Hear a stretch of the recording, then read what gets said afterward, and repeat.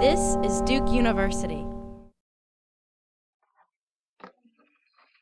Well, welcome everybody to today's conversation. My name is Edward, and I work with the Center for Christianity and Scholarship, one of the sponsoring organizations of today's event, along with Religions and Public Life Initiative at Keenan Institute for Ethics, and then Duke's program in American Grand Strategy. And so it's jointly that we put on this conversation today between Mac McCorkle and Michael Gerson. We're thankful to both of you guys for being with us and having this conversation, which we've titled Faith in the White House, that will look at faith in politics and questions of that nature. And so let me just say a couple of words about each conversant, and then we'll get going, because we don't have a whole lot of time here today, and you'd much rather hear from them than from me. So Michael Gerson is a nationally syndicated columnist who appears twice weekly in the Washington Post, and I think you wrote your last one this morning at 4 a.m. Was that right? That's right, about the debate. And he's also currently a visiting professor at Duke under the Pamela and Jack Egan chair position. So has been around Duke for a couple of days during this visit, and we'll come back again. When is that next one? November. In November, to talk about the Pope in relation to the Pope's visit to the United States. From 2000 to 2006, he served as a top aide to President George W. Bush as speechwriter and senior policy advisor. He was a key administrative advocate for the President's Emergency Plan for AIDS Relief, otherwise known as PEPFAR, the President's Malaria Initiative, the fight against global sex trafficking, and funding for women's justice and empowerment issues. Gerson currently serves as senior advisor at ONE, a bipartisan organization dedicated to the fight against extreme poverty and preventable diseases. He's also currently the Hastert Fellow at the J. Dennett Hastert Center for Economics, Government, and Public Policy at Wheaton College in Illinois. He's the author of Heroic Conservatism, which was published by Harper One in 2007, and co-author of City of Man, Religion and Politics in a New Era, published by Moody in 2010. Interviewing or asking the questions today is Mac McCorkle, professor right here at Duke. He is associate professor of the practice of public policy, and he's director of graduate studies in the Masters of Public Policy program. He served as an issues consultant to political candidates, state governments, and various organizations for the last 2 decades. Since starting McCorkle Policy Consulting in 1994, he has worked for state and federal candidates in North Carolina, as well as in 28 other states. Mac has published a number of articles on politics and public policy, and some on the intersection of politics and policy and theology in academic journals and magazines such as Columbia Journalism Review, Commonweal, and Society. He's also spent time at the Princeton Center for Faith and Inquiry. Theological Inquiry. Of Theological Inquiry. There you go. I'm not going to repeat it. And early in his career, he clerked on the United States Court of Appeals for the Sixth Circuit and practiced for a number of years law with the firm founded by former Duke President Terry Sanford. So thank you guys for being with us today, and we look forward to the conversation. Thank you, Edward. I'll start off by, again, I'll repeat that I'm Mac. My name is Mac McCorkle. And I guess maybe in this conversation, I might be playing the role of the Christian liberal, and Michael may be playing the role of the Christian conservative. But maybe we'll confuse you throughout the conversation, because this is not a debate. We really, this is a great pleasure and honor to have Michael here. And I really hope that I can help him amplify his views and maybe put him on the spot every once in a while. Now, I know he won't do this, so I'll do it. Heroic Conservatism is a wonderful book, which I've been reading diligently over the last week or so. And City of Man has not, Amazon cheated me. It was supposed to be in Tuesday, but still's not in, so I haven't read that. But anyone should want to read Heroic Conservatism, regardless of your political view. And I'll get into that a little bit. But the title for our conversation is Faith in the White House. And I think everyone knows that should know that while Michael was in the Bush White House, he was active on numerous issues with obvious religious implications, from the war in Iraq to the anti-AIDS initiative in the developing world to stem cell research. We could go on. So I thought I would just open things by asking him, one, to just talk about his journey in faith and politics, and also just give us a behind the scenes a little bit, if he could, a little Christian West Wing, perhaps, view of the world of how the relationship between faith and politics worked for him and others in the White House. Thank you. I'm really honored to be here, and all my involvement at Duke has just been fantastic. Students, I did 4 classes yesterday, which is why my voice is hoarse, but met some unbelievably impressive students.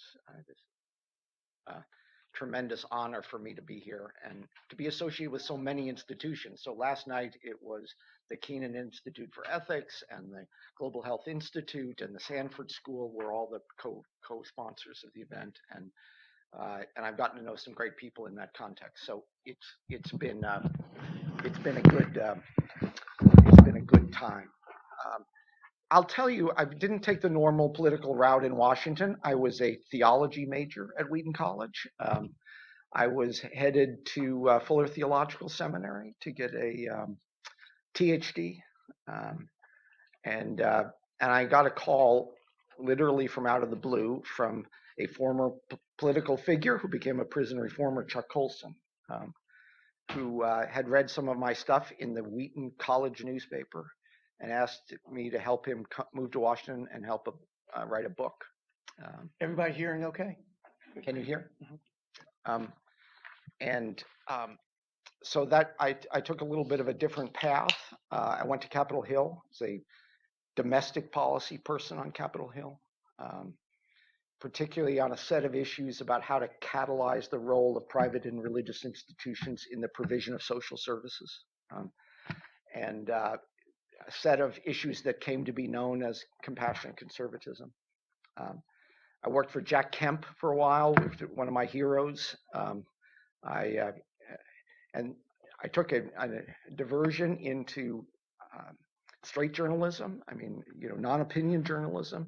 I was a senior editor at U.S. News and World Report, and I got a call from then Governor George W. Bush to meet him at the J.W. Marriott Hotel in Washington, and the first thing he said to me was, "I've read your stuff. I want you to write my announcement speech, my convention speech, and my inaugural address, and I want you to move to Austin immediately."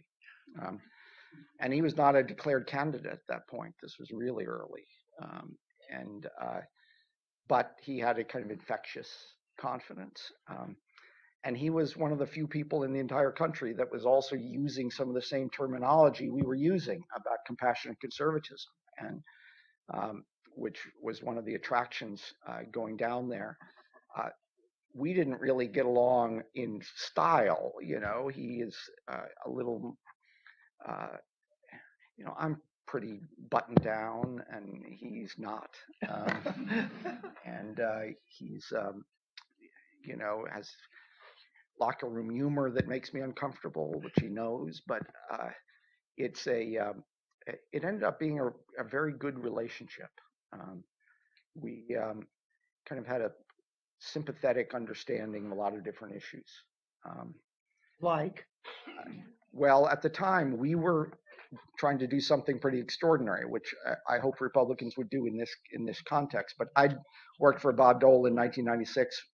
And when he talked about domestic policy, he pulled out his copy of the Constitution and talked about the 10th Amendment, that in fact the federal government had no role in social policy. And it was a disaster. He had nothing to say in the campaign on issues that mattered to people. And on election day against Bill Clinton, he lost the issue, who cares more about education, by 30-some points.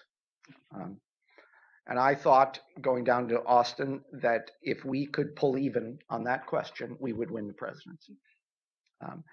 And on election day, we were like 3 or 4 points behind Gore. And that's because we had No Child Left Behind. We had a series of initiatives that related to addiction treatment, which is something that Bush had taken real interest in as governor of Texas. Some initiatives on homelessness, the children of prisoners, and that doesn't really sound like much what's happening right now in the Republican Party, but I think it actually made a difference in that cycle, and we So I went to work down there, got on this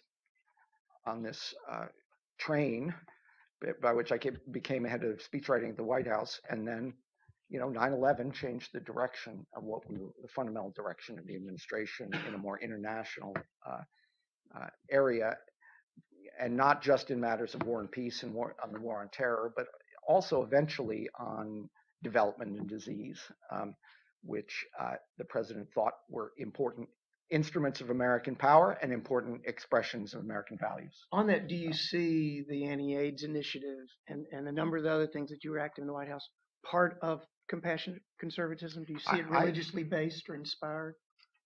I do. If you look, I will tell you something that some people in the room may be skeptical of, but I know it firsthand, which is nice when you know something historically firsthand. That when I could get a decision on AIDS or malaria or women's justice empowerment initiatives through the system to the level of presidential decision making, so that he got it in his briefing book, that I was absolutely confident that he would make the right choice because of a set of values that he held that were related to faith, belief in universal human rights and dignity, but also a certain view of America and in what it is and its role in the world. That was kind of different but related. And I'll tell you just one story, about we'll probably get to some bad experiences in the White House, but one of my best experiences in the White House, I will just tell you that before the Gleneagles G8 in 2005, I was taking a policy role in developing what we were going to say going into that summit, because Tony Blair was hosting and was very focused on African issues. And so without any direction whatsoever, knowing that at some point the president would say, I need something to say, that I worked with the National Security Council and USAID to develop an AIDS initiative, the President's Malaria Initiative. And as predicted, it came up and he said, what am I going to contribute? Blair's pressuring me. What am I going to say? And, I had this kind of in my back pocket. But it became a matter of controversy, internal controversy, because it was a zero-sum game with funding for Afghanistan and Iraq, development funding in those contexts. And so there was a lot of opposition to a major initiative on any topic, but particularly malaria. And the Vice President's office opposed it. The Secretary of State opposed it. The Office of Management and Budget opposed it. But I was getting lunch with the president maybe once every 2 or 3 weeks. I was traveling to Africa pretty regularly at that point. So we came to the decisive meeting, the policy, it's called policy time, and where it's just like one issue, it's debated and a decision made in the Oval Office. And I had just a book of arguments about, to make on this set of issues. The president kind of impatiently was flipping through his black briefing book and came to the section where we were going to discuss the initiatives and said, I've talked with Mike about this, I approve it. I've talked to Mike about this, I approve it. No debate at all. Well, on that, I'll stipulate on my side of the divide, this would definitely happen. But when you were in the White House, say on the malaria initiative or others, did you have the sense that the policy wonks were saying, oh gosh, there goes Gerson the Christian, and he's going to be pushing President Bush in a way that we don't like, and that you were an odd man out? The answer to that is yes, actually, and it kind of got worse over time. Just to be honest, when you outflank Vice President Cheney, I think that usually presents a problem. Yeah, and it was not as though they didn't want to help people with malaria, but they had a different set of priorities, and it was just kind of a set of arguments there, and and I went through a period where I had a heart attack when I was working on the second inaugural address. So I had a job change where I hired a new head of speechwriting because I didn't want to do the day-to-day, and became kind of a free roving advocate for the president's enthusiasms. And people, would fear me coming. And it's a role I played. So in the State of the Union address, we're going to have something on, children of prisoners or some issue like this, which we did in the State of the Union. And my role would be when we got something back from HHS or proposals to say this is pathetic, and to push for something more ambitious or more innovative. And that was part of my job. And I think people didn't resent it, but they knew, that was a part of it. But there's very few jobs. I love what I do now, and journalism and seeing my name in print and making arguments in public. But there's very few jobs where you can go home at the end of the night and know, like on that initiative, we had estimated that we were going to save 800,000 lives of children under 5 in the first couple of years of that initiative. And it exceeded those numbers. And that's, that is an opportunity to do good. And it's unlike any other profession I've ever been involved in a varied career. So. Before we leave the Bush White House, now that we've talked about that, let me put on the table the Iraq War. How do you feel about that?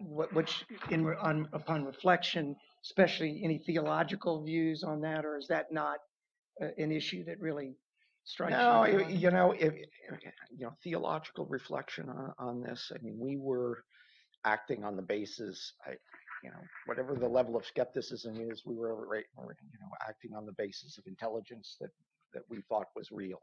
This was not a deception. I know that it's not true. And much of which turned out to be wrong. And that is just a dramatic failure. Mm-hmm. And had a human cost. And the occupation was far more complex than originally envisioned. And it caused a whole lot of anguish for me and other people in the White House. So I'll just put that on the table. This was, some of that idealism was implicated in the run-up to this because the president really did view Saddam Hussein as one of the, someone who had committed 2 of the genocides of the 20th century, and was one of the most brutal, abusive dictators in the world, and did also view this, in addition to the national security requirements, as an opportunity to liberate Iraq from his perspective, to bring freedom, and that is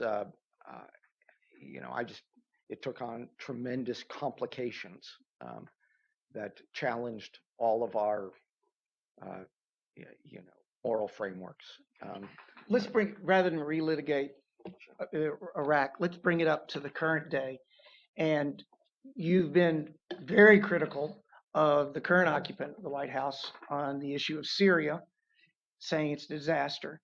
And I think from a recent column I read, you said that that the Obama administration could have taken relatively small steps short of major intervention to have averted the disaster that you see going on in Syria. Possibly, yeah. Yeah. As you know, I write on Reinhold Niebuhr some, so maybe I'll invoke Niebuhr to say, what do you say to somebody who might, in a Reinhold Niebuhr type vein, say to you, you're still too optimistic about regime change in the Middle East, that it's it's way messier than you want to see? I think that was the motivation on the president's part, and I think that's a fair description of his view. The people that I would have making the other side of that argument, I was at the time, but in addition to that, the Secretary of Defense, Secretary Gates, the Secretary of State, Hillary Clinton, the head of the CIA, David Petraeus, were all making the same case. And what exactly was that case? That what could have been done to the case, for example, at the enforcement of the chemical weapons red line would have been an opportunity at that point, could have made a major difference in taking out Saddam Hussein's air power, which is the way that he pursued mass terror on, barrel bombing cities. So I've done that to Assad. Right, exactly. And that was a case where the Secretary of State, John Kerry, and the Ambassador to the UN, Samantha Power, were both expecting that to happen until a presidential decision not to intervene in that. And so, these are all just the one thing that I would just say, it's my job as a columnist to make all sorts of judgments. That's my job. I know from from being in government that you're making very difficult decisions under time constraints with no idea what the outcomes are going to be. And there are costs to action and there are costs to inaction. And what we've seen as a cost of inaction, is 250,000 people dead, millions of people displaced or refugees, and essentially the destruction of Syria as a kind of viable national unit. So you've had a collapse of sovereignty at the center of the Middle East that's attracted some of the worst people in the world. Now, there would have been a risk on the other side. But this is an outcome that took place from non-action. And my answer to Niebuhr would be that, particularly in the Middle East, where the U.S. has equities and interests, that there are risks of over-engagement and there are risks of under-engagement. All right, let me move away from the White House a little bit. A writer in the Conservative National Review, when reviewing your book, wrote Conservatism, fumed in exasperation. Why is this man called a conservative? And after reading your chapter on faith and politics, he wrote Conservatism, invoking William Jennings Bryan, Martin Luther King, and assorted progressives. And in reading some of your columns, like your recent defense of the Supreme Court's same-sex marriage decision, as a Christian liberal can see the question. And I know you have differences with contemporary liberalism, but your differences with contemporary conservatism seem almost as large, if not larger. So how are you a conservative or a Christian conservative? Well, some of this is, some of these differences do have religious roots, okay? I come both out of the evangelical tradition, which when you're at Wheaton, it's beaten into your head that, this was the tradition of Jonathan Blanchard and abolitionism and the education of women. And, this was a highly progressive 19th century tradition when it came to social ethics. And that's the authentic evangelical application. And I believe that. I actually think that was a great contribution in the 19th century of American evangelicalism to our common life. And so I talk about that. And at the same time, when I went to Washington, D.C. and worked on Capitol Hill and was looking around for models of social engagement, developed systems of thought that would help guide policy decisions beneath it, okay? Give some kind of philosophic structure and framework. I was very influenced by Catholic social thought, by subsidiarity and solidarity and all these commitments of Catholic, the main Christian reflection on public life that we have over the last half century and longer, that called attention, as I was talking earlier, to the essential role of mediating structures in creating kind of moral order as well as social order, that requires deference to those institutions as real players. But when they fail in their fundamental roles, higher order institutions intervene in order to pursue social justice. My problem with a lot of modern liberalism, which we're seeing worked out on religious liberty issues right now, is the conception that only the individual and the state are real, okay? And that the role of government is actually to protect individuals against the oppression of mediating structures. That's a lot of modern theory, okay, of liberalism. Private mediating. Right, exactly. Yeah. And that is, I think, an inadequate view of society, and does not give the institutional framework of our common life adequate do? And so this, of course, has left a lot of people in the Catholic tradition, for example, kind of homeless.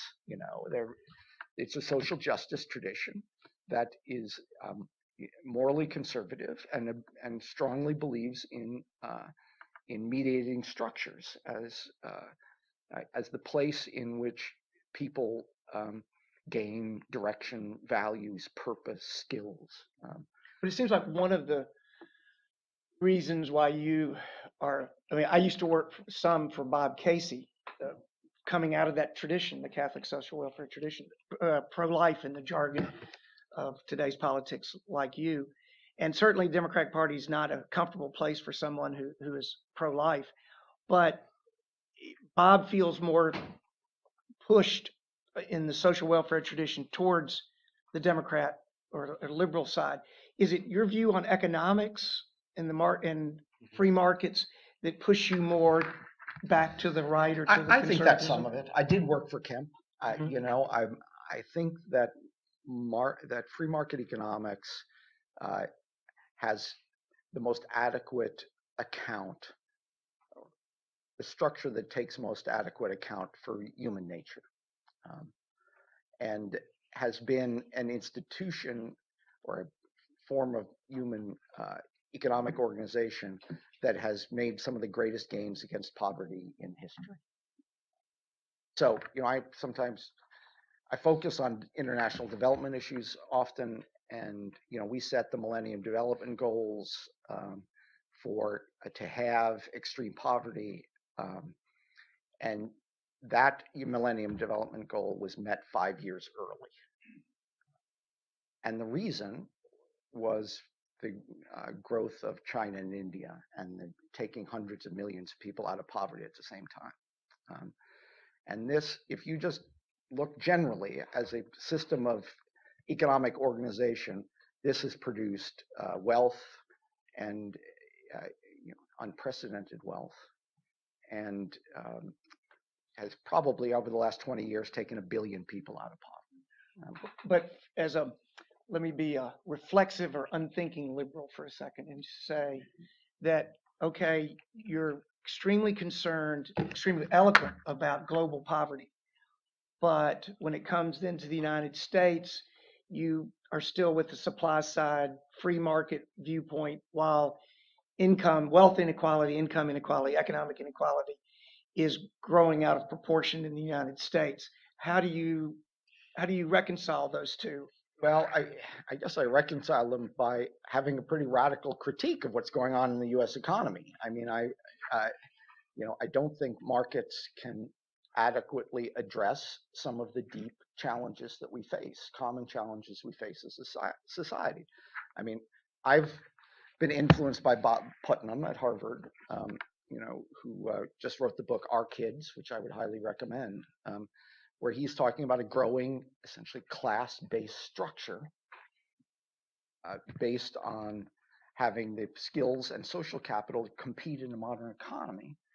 And essentially the breakdown of 3 interlocking institutions or frameworks, essentially the destruction of the blue-collar economy, the decline of the family, and the atomization of communities. And so he describes a problem that he calls a perfectly purple problem, because it encompasses both a belief in family structure as being essential to these matters, and a belief in the creation of blue-collar opportunity. So I buy that critique. I've made it and argue it. And the way that, but I would argue that, so I'll just give you an example. I think, for example, that the minimum wage is a very inefficient way to try to encourage rewards for work, and I think that the EITC is a very efficient way and a proven way to do this. It's a more market-oriented approach. I've been with experts, Democratic experts, that say, yes, you're exactly right, it's more efficient, but we want Walmart to pay. We don't want government to subsidize, okay? And I can't buy that, okay? The purpose is not to punish Walmart. The purpose is to actually help poor people. And But you could be for both. you could, but you don't need to in this case, because I actually think that wage subsidies are good policy, particularly in this transition. And I'll make just one more point, that I think markets work very well in the aggregate, but when there are quick, massive social change, when you're moving from like a agricultural economy to industrial economy, or an industrial economy to a post-industrial economy, it creates a need for government to intervene for people that can't make that adjustment. Okay, that's true. I've been to communities where that used to be industrial communities or furniture-oriented communities, particularly where men had good, blue-collar jobs. And where the transition has been dramatic and left very little hope.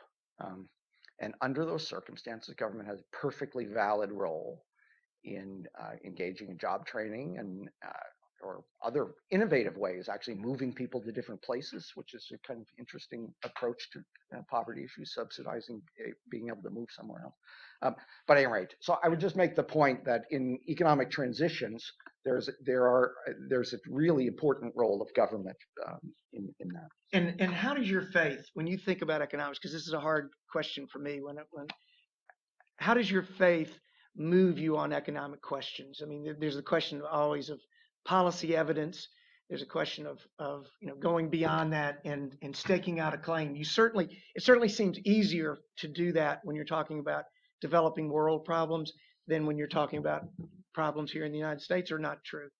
Well, maybe it's too simple, but in that case, I think that my faith gives me a strong commitment to the common good, to a belief that the justice of a society is measured by the treatment of its weakest members. I think that's an important Christian contribution to political theory.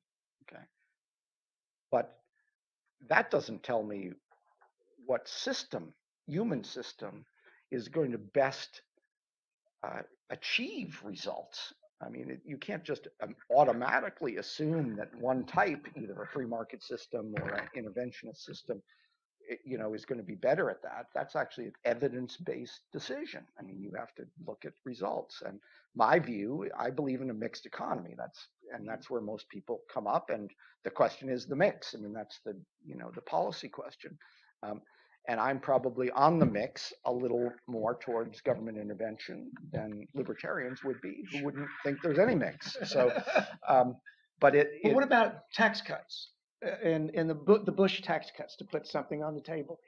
Is that more of a matter of policy? Did you also see that consistent with compassionate conservatism, or how do we slice that?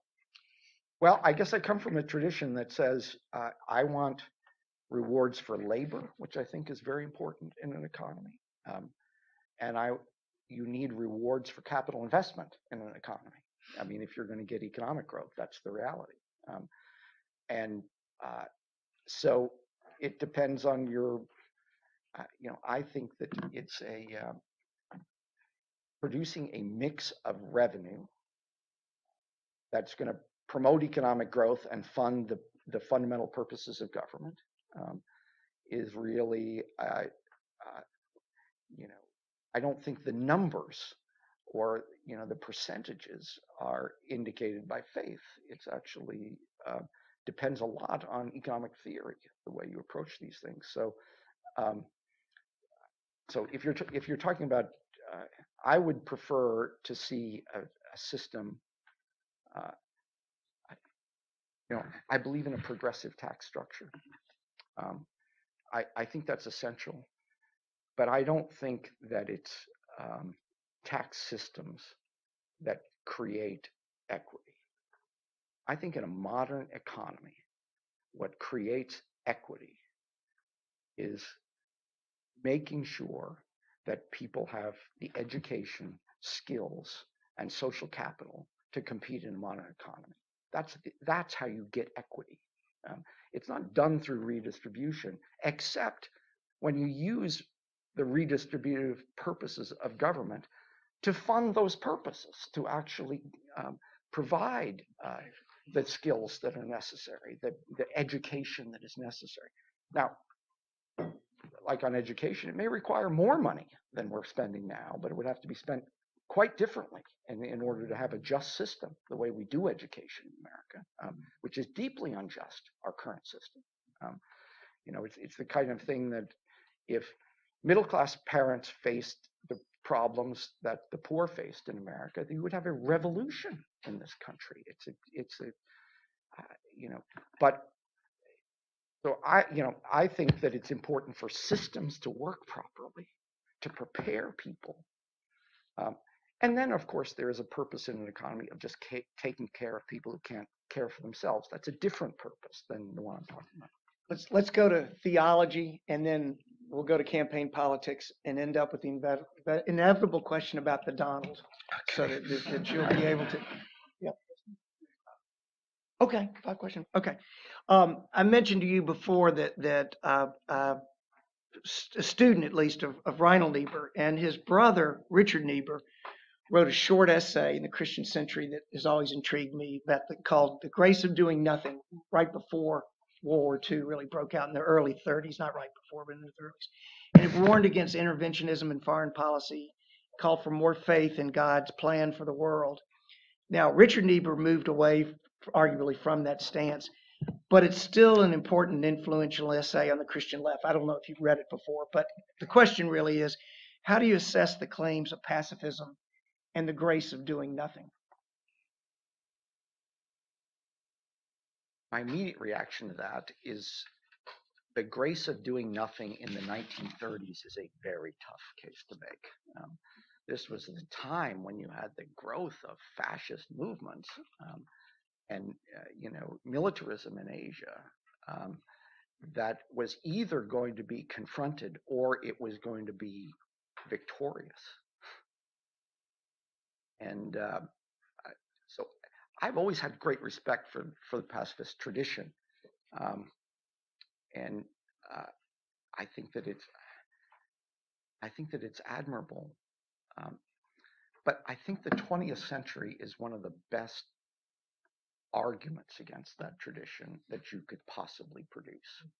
Well, when you say you have admiration for it, what does that mean then? I mean, you just said the 20th century really. Well, some of it is that I have admiration for it because I went through a period where I was a pacifist. Oh, Let's hear about that. Yeah, read pretty deeply in some of these issues, and somehow missed that one. But it's not where I ended up, and some of that is just the role of government and the restraint of evil, and the evil we've seen in our time. So you see in Bush's rhetoric from that period, we're pretty clear about good and evil kind of issues, and in diagnosing them in foreign affairs. I believe that's true. I mean, I've been influenced by the liberal interventionism, that tradition as well. Samantha Power, who I know pretty well, and The Problem from Hell, and the difficulties with genocide in our time. I talked about the rewarding experience I had in government, the frustrating experience that I had in government, which actually makes your point in one way, was I became very engaged on Darfur and the genocide that went on, essentially a cultural genocide that was going on there. And the president himself became very engaged, was called internally the Sudan desk officer. He was constantly calling meetings, was pushing NATO allies to be more engaged, was, genuinely engaged and concerned on those set of issues, and it didn't move the needle. And it was too complex.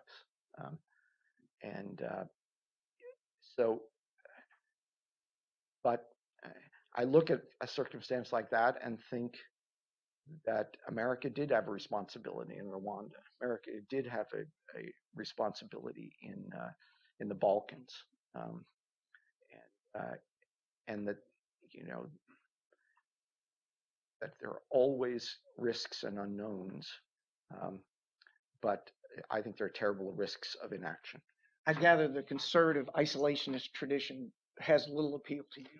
And I've written a lot on that, about the challenge of Rand Paul and others, which I think is deeply problematic. All right, let's move from the high to the low, from theology to the wonderful world of the 2016 presidential campaign, which I did not read your column, which you wrote in the middle of the night, but I'll go. No, it's not out yet. It's not out yet. Okay, good. The big issue that seems to be setting off such a storm on the Republican side is immigration.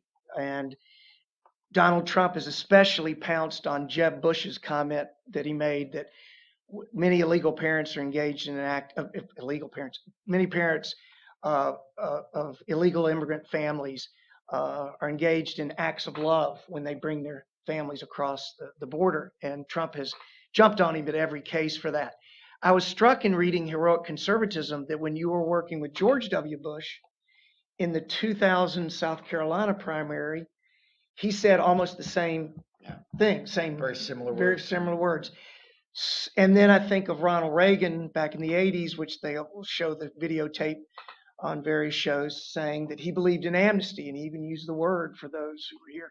So is immigration and a soft view on immigration just an untenable position in Republican politics? It seems like that from my non-Republican perspective, but I wanted to hear you on. It's become increasingly problematic. The discourse has moved clearly. We now have a candidate, Donald Trump, for president, who is, Mitt Romney massively lost the Hispanic vote in America by proposing what do you call self-deportation, which was to make life so difficult for illegal immigrants that they would return to the countries that they came from. And it was, I think it lost him a lot of support among Hispanics. Now we have a candidate that is talking about the massive forced deportation of 11 million people, one of the largest forced deportations in history. And it's unrealistic, it's absurd. And it's done just symbolic of a type of politics that is the systematic organization of resentments against outsiders. And that is true when it comes to immigration, but it's also true in economic competition with China in his rhetoric. It's true of the nefarious purposes of the Mexican government, of all things, which he gives these, grants these extraordinary powers. And it is, really playing to the basest instincts of American politics, and it's deeply disturbing. So, for me, that is compounding a serious long-term Republican challenge, and then, the next Republican candidate, assuming that it's not Trump, will in essence have to clean away a new layer of outrage directed at the Republican Party, and it dramatically complicates their work. So we're in not a good period. Speaking of Trump, he's going around boasting that he's leading among Christian evangelical voters in the Republican primary. I don't know if that's exactly true. Let's say he's doing well, better than Mike Huckabee is a preacher.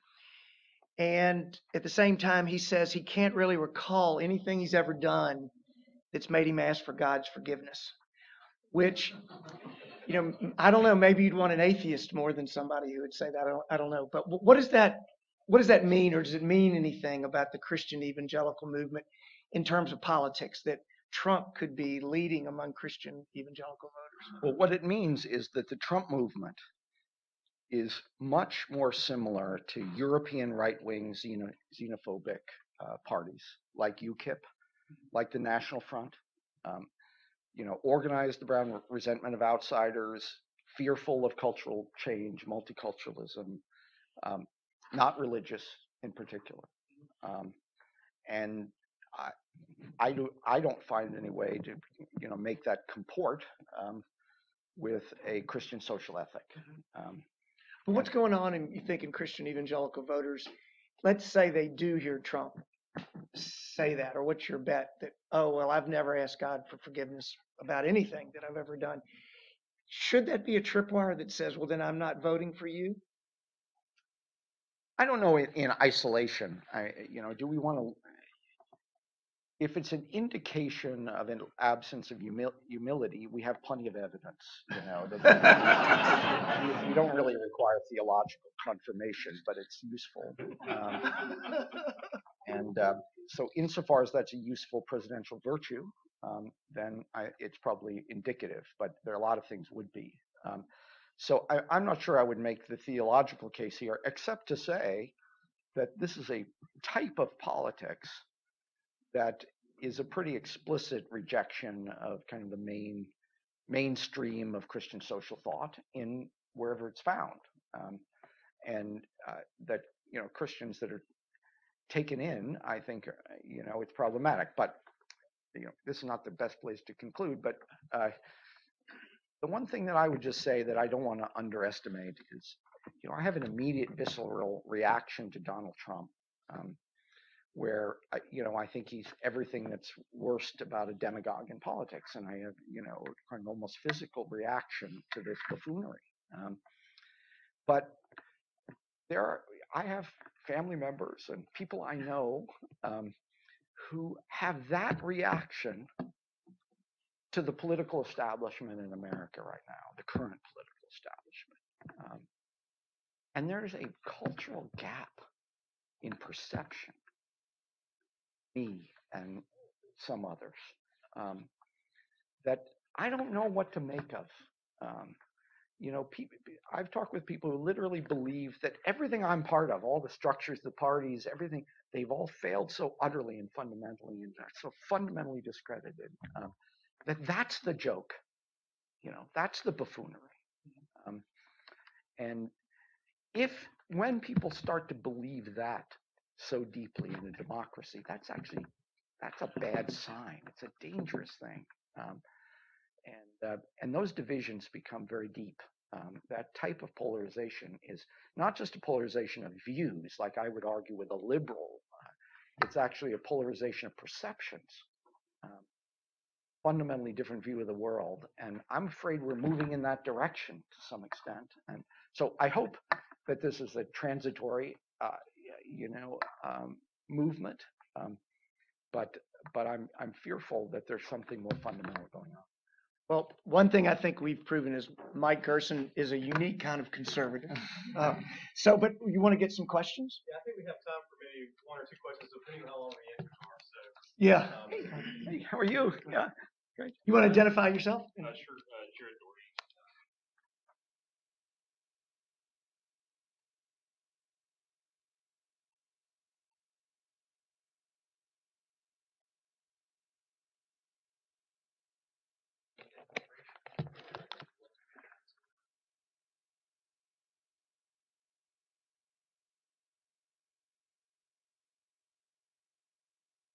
States' rights issues coming up.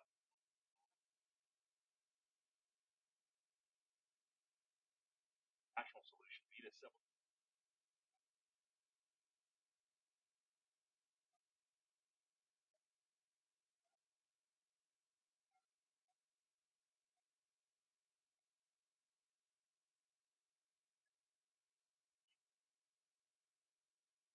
But the solution, whereas in the past could be solved,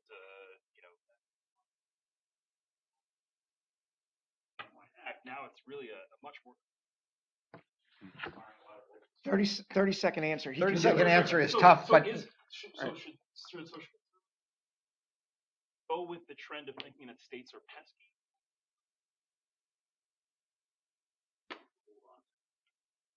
we've just got a couple of immediate examples that lead you in different directions, because everything is done in the context of the civil rights movement, okay, in the shadow of the civil rights movement, which was a challenge to state rights, a fundamental challenge to state rights. the narrative of the opposition to civil rights was a states' rights narrative, which was deeply discrediting, and I think had an influence, a much broader influence. I see it like from education policy.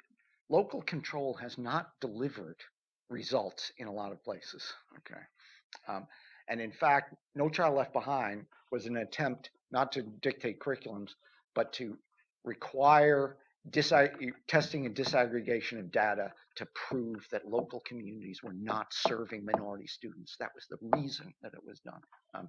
And that was a federal role, but not a federal provision of services. Okay. So, you have that.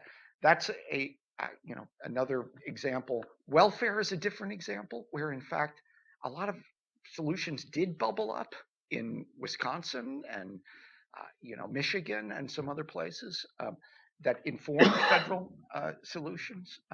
So I think you're right. It's fundamentally a very complex issue about where you find solutions in our system.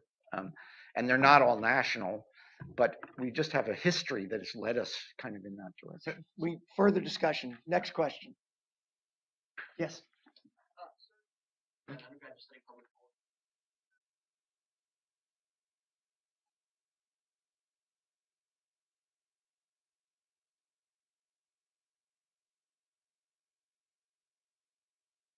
I don't think so, except on the issue that we've touched on, which is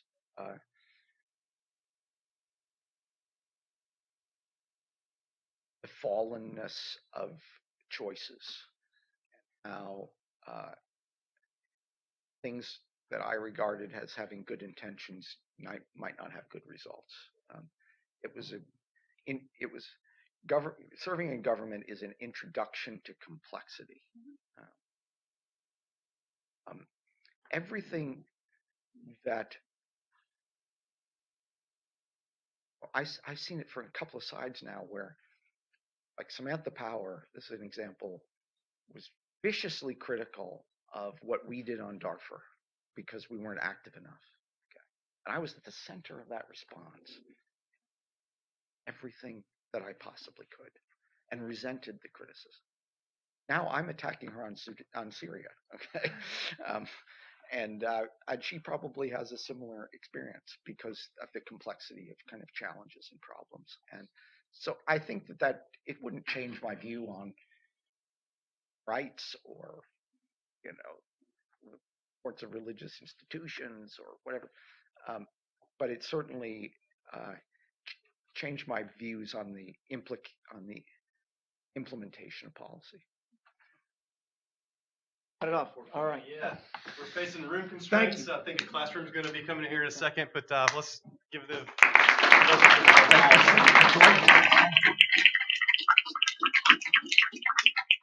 Thank you guys very much for being here. If you're interested in these types of conversations, we host a number throughout the year, and we have a kind of a fall preview on the back row. You can pick one up, and there's a little prompt that we've given you for the next lecture that's taking place at Duke. It's going to be shifting pretty firm gears, and it's going to be on place and why place matters. And so we're trying to elicit some responses from folks and ask you, does place matter to you? And if so, why? And so there are these little cards on the back, and you can email us at the center, and we're going to preview a few of them around the next lecture.